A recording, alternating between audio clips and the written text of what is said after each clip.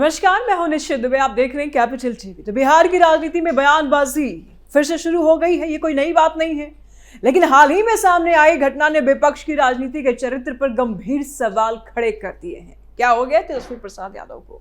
क्यों अपना चरित्र बदल रहे हैं?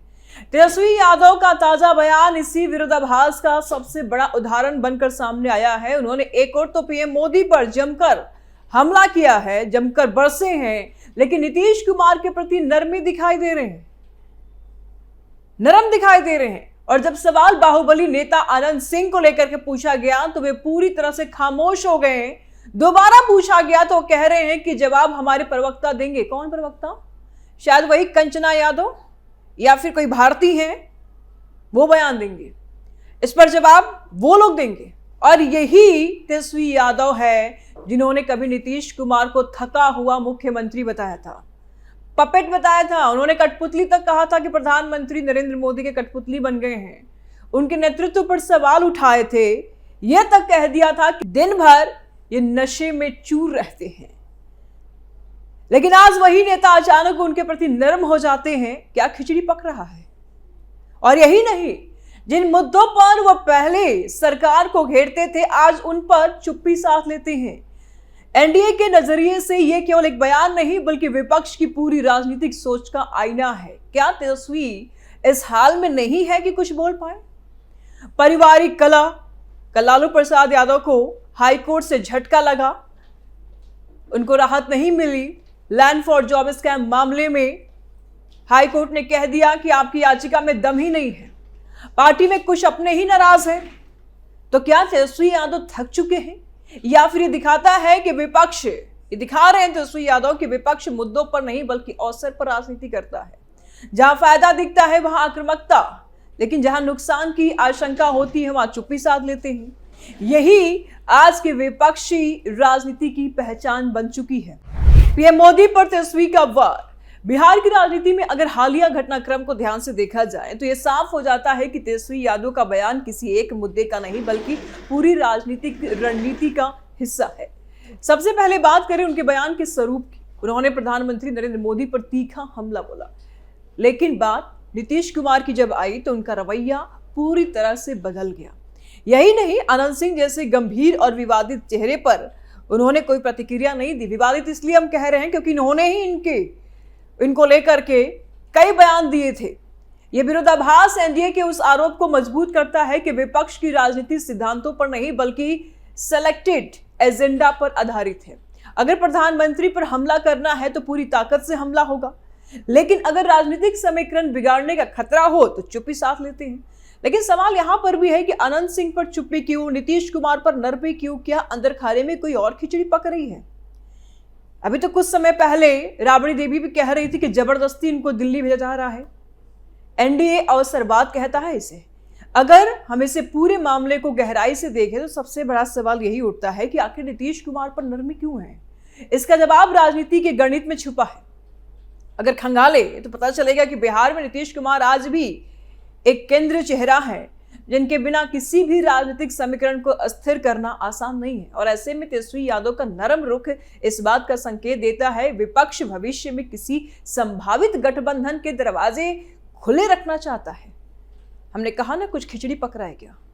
क्योंकि ये वही तेजस्वी यादव है जिन्होंने कभी नीतीश कुमार को कठपुतली तक कहा था और यह आरोप लगाया था कि असली सत्ता पीएम मोदी और नरेंद्र मोदी और केंद्र सरकार के पास है। लेकिन अब वही नेता उनके खिलाफ बोलने से बचते नजर आते हैं।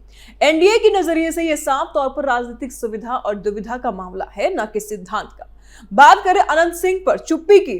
बिहार की राजनीति में उनका नाम लंबे समय से विवादों में रहा। कई मामलों में वो जेल आते हैं, जेल से बाहर आ जाते हैं, और आपराधिक मामलों में भी उनका नाम जुड़ा हुआ है। अनंत सिंह से जुड़े दुलारचंद यादव हत्याकांड के समय बिहार की राजनीति काफी गरमाई हुई थी, और उस दौर में तेजस्वी यादव का रुख आज के मुकाबले बिल्कुल अलग नजर आता है। उस समय जब इस हत्याकांड में अनंत सिंह का नाम सामने आया और जांच एजेंसियों ने कार्रवाई तेज की, तब तेजस्वी यादव और उनकी पार्टी आरजेडी ने इस पूरे मामले को लेकर सरकार पर तीखा हमला बोला था। तेजस्वी यादव ने खुले तौर पर नीतीश कुमार सरकार की कानून व्यवस्था पर सवाल उठाए थे और कहा था कि बिहार में अपराधियों का बोलबाला है, सरकार उन्हें संरक्षण दे रही है। उनका आरोप था कि राज्य में न्याय व्यवस्था कमजोर हो चुकी है और सत्ताधारी तंत्र अपराधियों के खिलाफ निष्पक्ष कार्रवाई करने में असफल है, फेल है।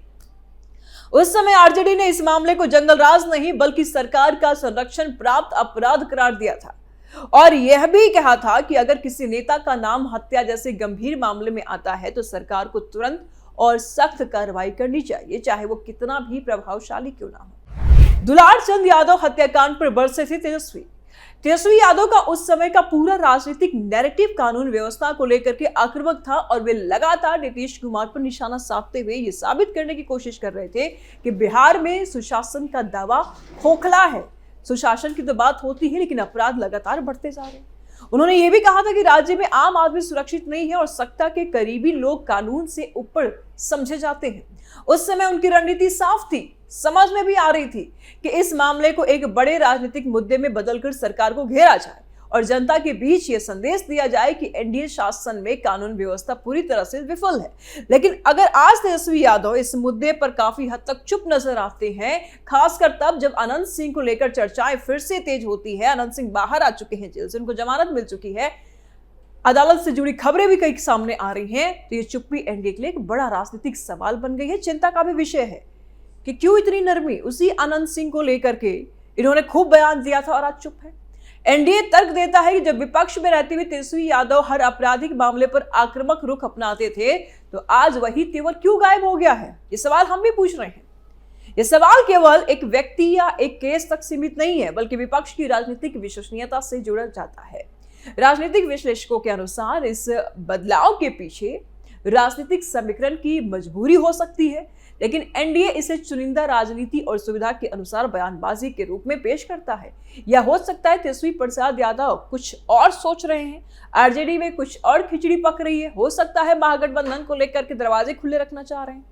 उस समय जो मुद्दा न्याय और कानून व्यवस्था का प्रतीक बनाया गया था, आज उसी पर चुप्पी विपक्ष की रणनीतिक कमजोरी को दर्शाती है या फिर कोई साठगांठ की।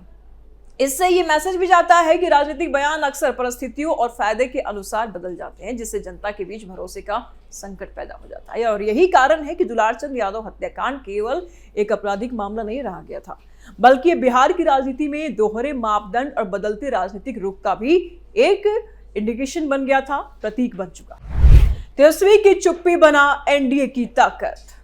एनडीए के लिए ये एक बड़ा राजनीतिक हथियार है क्योंकि वह लगातार ये आरोप लगाता रहा है कि लालू प्रसाद यादव के दौर में बिहार जंगल राज की ओर बढ़ रहा था और आज भी उसी मानसिकता की झलक दिखाई देती है। जब विपक्ष अपने ही जुड़े या पास के विवादित चेहरों पर चुप रहता है तो ये आरोप और मजबूत हो जाता है। इसके ठीक उल्टा प्रधानमंत्री नरेंद्र मोदी पर हमला करना विपक्ष के लिए एक आसान और सुरक्षित राजनीतिक रास्ता है।